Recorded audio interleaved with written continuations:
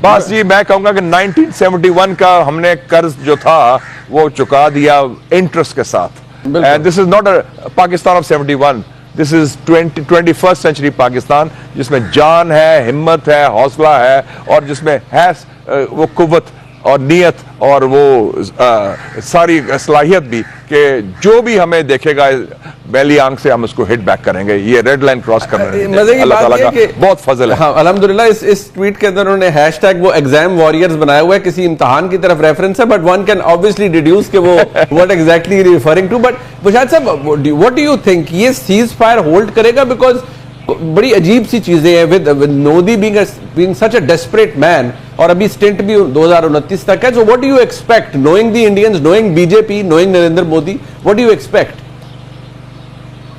I would say दो चीजें हैं। एक तो cease fire in my view will hold, क्योंकि वो इनके बाप ने कराया है, प्रेसिडेंट डोनाल्ड ट्रंप, और दे नीड ट्रंप सपोर्ट, और उन्होंने कमिट भी किया है, और इन्होंने खुद सीख किया था सीज फायर। हमने तो नहीं सीख किया था, इनके ईमा पर, इनके रिक्वेस्ट पर, इनके कहने पर सीज फायर हुआ है। So that would be number one. वो तो cease fire I think will certainly hold, और उसमें गन जरूर होगा, कोई ये वायलेशंस करेंगे, कोई गड़बड़ करेंगे, लेकिन इनकी जो लॉन्ग टर्म स्ट्रेटजी है वो खराब है। क्या है वो पाकिस्तान के बारे में? I call it the 3D strategy. Demonise Pakistan, Pakistan को बदनाम करो; डैमेज पाकिस्तान, पाकिस्तान को नुकसान पहुंचाओ। IMF पहुंच गए, FATF पहुंच गए, भाई तुम्हारा क्या ताल्लुक है IMF के साथ, वो कि पाकिस्तान को इमदाद ना दो। और तीसरा है डिस्टेबलाइज पाकिस्तान, दहशतगर्दी, रियासती दहशतगर्दी। तो उसके लिए तैयार होना चाहिए हमें। They will try to bleed Pakistan through these strategies, उसके लिए तैयार होना चाहिए। It's a no-win situation for no war, no peace situation, and it's a no-win for India, क्योंकि वो like conventional जो उनका था ना ब्लैकमेल, क्या था कि न्यूक्लियर पावर जैसे हम बन गए हैं, वो बराबरी की बुनियाद पर था। वो तो इक्वलाइजर है, इट्स नॉट क्वेश्चन ऑफ कितने बॉम्ब्स हैं, यू हैव द न्यूक्लियर। उन्होंने कहा कन्वेंशनल जो है इम्बैलेंस है, इसको हम लेवरेज करेंगे पाकिस्तान के खिलाफ। हमारी फौज बड़ी है, हमारे टैंक ज्यादा है, हमारे जहाज ज्यादा है, हमारी टेक्नोलॉजी बेहतर है, और नंबर ज्यादा है, तो वो भी हमने इक्वलाइज कर दिया, जो कन्वेंशनल लेवल पर डिटरेंस रीएस्टैब्लिश कर दिया। तो अब इनके लिए ऑप्शंस ये रह गए हैं। तो ये लो इंटेंसिटी कॉन्फ्लिक्ट गन करने की कैपेसिटी होगी, बट नो वॉर, एंड उसकी हम तैयारी करें। लेकिन टॉक्स भी होंगी, हम टॉक्स के लिए भी तैयार हैं। जंग तो मुसलत उन्होंने की थी, हम नहीं चाहते कि कोई जंग कंटिन्यू रहे। हम तो अमन चाहते हैं, मुज़ाकरात हों जो हर इशू पर हो, कश्मीर, इंडस वाटर्स, टेररिज्म। लेकिन जो असल बात है मुनीफ साहब, वो इनको खटकती है, वो पाकिस्तान का अपना वजूद है, जो हिंदुत्व के क्राउड की बात कर रहा हूं मैं, not the other people. Hindutva का जो है, इनकी सोच जो है अखंड भारत वाली सोच है। तो वो सोच जो है उसकी फूक निकली तो है। अखंड भारत का नक्शा बनाया हुआ है इन्होंने लोकसभा में, जिसमें म्यांमार, पाकिस्तान, अफगानिस्तान और सेंट्रल एशिया के रियासतें भी हैं। तो वो जो नजरियाती फॉरेन पॉलिसी है, जो नफरत और बुग़्ज़ की बुनियाद पर है, वो एक खतरा है। जैसे अरुंधति रॉय ने लिखा था न्यूयॉर्क टाइम्स में, the today in India RSS is the state.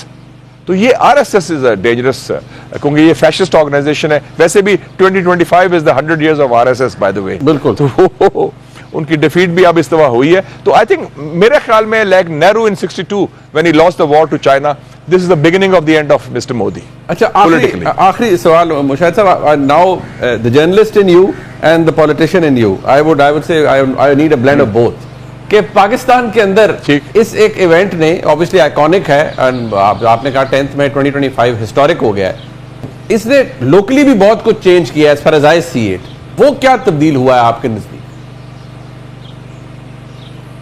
देखिए जी, एक तो ये हुआ है कि आई थिंक जो आर्म फोर्सेस का जो इमेज है, आर्म फोर्सेस का जो इंटरेस्ट या रोल है पाकिस्तान में, वो आई थिंक बिग टाइम बहाल हुआ है। उसमें I would say the two big heroes are seen as the, एक तो army chief general Asim Munir और the air force chief general Zaheer Ahmed Babar Sidhu, और दो इंटरनेशनल विनर्स भी हैं इंटरेस्टिंगली, एक प्रेसिडेंट ट्रंप है और एक प्रेसिडेंट शी जिनपिंग है, वो चाइनीज टेक्नोलॉजी की वजह से।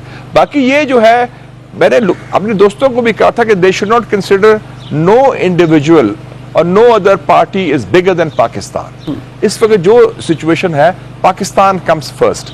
तो उस हवाले से मैं समझता हूं कि कुछ नेगेटिविज्म जो था, वो उसका अब खात्मा होना चाहिए। And I think lessons have been learned on all counts. तो ये जो विक्ट्री हुई है वो मैं समझता हूँ ultimately it is Pakistan victory and it's a good thing for the people of Pakistan, क्योंकि उनको एक रीबर्थ और रिवाइवल हुआ है, एक renewal of confidence in Pakistan and the future of Pakistan, जो बहुत बड़ी बात है और ये अल्लाह ताला का बहुत फजल है। अल्हम्दुलिल्लाह, बहुत शुक्रिया मुशाहिद साहब, आई एम वेरी ग्रेटफुल, आपने कीमती वक्त दिया जी। अच्छा मुशाहिद साहब, आपने क्योंकि बड़ा क्लोजली देखते हैं, ये आपने पहले भी प्रेडिक्ट किया कि Modi will blink and obviously that's what exactly happened, but अब इशू ये है कि और मैंने कहा था ट्रंप विल इंटरवीन, मैंने ये भी कहा था अमेरिका विल इंटरवीन, ऑल्दो हमें लग रहा था एक दिन पहले जेडी वैंस कह रहे हैं एक इंटरव्यू के अंदर कि कोई वो हमारा ताल्लुक नहीं है, ये we can not make them do stuff. But अब मुझे ये बताइए कि सर CNN पे I am sure you must have come across एक स्टोरी है अबाउट सम क्रिटिकल इंटेलिजेंस जो कि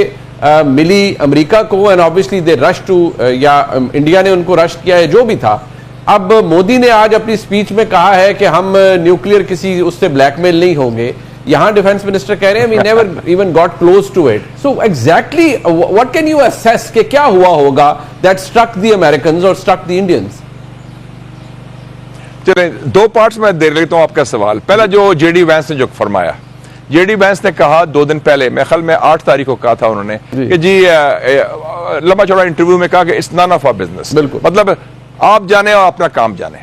मैंने किसी टीवी चैनल से मुझे पूछा कि ये तो बयान आ गया उनके नायब सदर का, मैंने कहा मैं इसको खैर मकदम करता हूं, मैं वेलकम करता हूं। इसका मतलब है अमेरिका अब न्यूट्रल है और एज लॉन्ग एज के अमेरिका हिंदुस्तान का साथ ना दे, मैंने कहा हिंदुस्तान से हम अकेले निबड़ लेंगे, हम अकेले काफी हैं इंशाल्लाह। और ये मुझे खुशी हुई, नंबर 1। दूसरी बात हुई, देखें जी ये जंग जो हुई, जंग तो नहीं झड़प कह लें, बहुत सीरियस, और जो इंडिया ने जारियत की पाकिस्तान के खिलाफ, ये 10 तारीख को सुबह 2 बजे से शुरू होकर शाम को 5 बजे, so we are talking of रफली 15 आवर्स। बल्कि मैं अगर कोई मूवी डायरेक्टर होता या मूवी प्रोड्यूसर होता तो I produce a movie in Hollywood. 15 hours that change south Asia, पूरी जो साउथ एशिया का लैंडस्केप है और हिंदुस्तान पाकिस्तान ताल्लुकात, उसकी बुनियाद जो है तब्दील होगी ये 15 घंटे में। 2 बजे उन्होंने हमला किया, जारियत की, 4:30 हमारा जवाब शुरू हुआ और हमने उनका तिया पांचा कर दिया। हर लेवल से जवाब उन्होंने 6-7 जगह किया, हमने 26 जगह किया। दिल्ली में ड्रोन्स जा रहे हैं हमारे, उनकी सारा इलेक्ट्रिसिटी ग्रिड बंद हो गई है, उनके S-400 अटैक हो रहे हैं, सारा हो रहा है। तो कोई 10:30 बजे आप ही के चैनल में शायद मैंने खबर सुनी जी कि नेशनल कमांड अथॉरिटी का इजलास बुला लिया गया। जी। जब ये खबर आई, नेशनल कमांड अथॉरिटी का मतलब है कि जो हमारा एक कमांड बना हुआ है, जब से हम न्यूक्लियर पावर बने थे, आपको याद है 1998 में मियां साहब प्राइम मिनिस्टर थे, मैं इंफॉर्मेशन मिनिस्टर था, we were the chief spokesman उस वक्त। तो उसके बाद हमने कहा कि as a responsible nuclear power हम एक सिस्टम बनाते हैं, नेशनल कमांड अथॉरिटी, जो अंडर द प्राइम मिनिस्टर होता है, उसमें सारे सर्विस चीफ होते हैं, उसमें न्यूक्लियर एसेट्स का हवाले से वो 2000 से चल रहा है, बड़ा कामयाब सिस्टम है, 25 सालों